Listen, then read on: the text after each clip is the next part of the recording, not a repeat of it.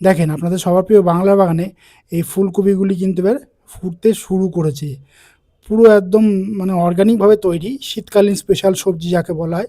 আমার তো খুব ভালো লাগে, আপনাদেরও নিশ্চয়ই খুব ভালো লাগে এই ফুলকপি এই শীতের সময় খেতে। অন্য অসময় কিন্তু আমার খুব একটা ভালো লাগে না।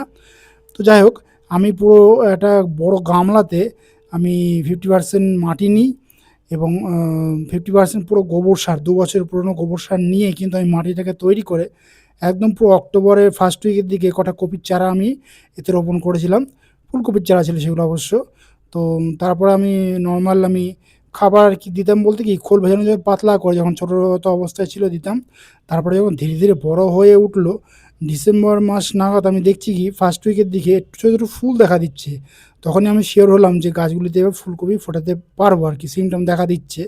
তো তারপর থেকে কিন্তু আমি ধীরে, ধীরে একটু গাঢ় করে একটু আমি খোল ভেজানো জলটা দিচ্ছি। আমি অন্য কোনো খাবার কিন্তু আমি প্রয়োগ করিনি। সম্পূর্ণ অর্গানিক উপায়ে কিন্তু আমি এই খাবার প্রয়োগ করেই কিন্তু এই ফুলকপিগুলি কি ফোটাতে সফল হয়েছি যাকে বলা হয়।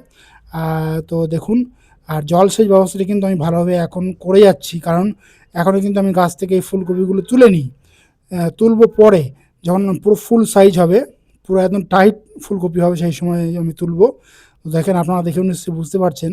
আর মাঝে মধ্যে করতাম কি, কাকা নামক কীটনাশকটা এবং নিম অয়েল আমি পুরো অর্গানিক উপায়ে আরকি কীটনাশকটা প্রয়োগ করতাম, যাতে কোনো পোকামাকড় না লাগে সেই জন্য। আমি কোনো রাসায়নিক কোনো কীটনাশক কিন্তু আমি প্রয়োগ করিনি।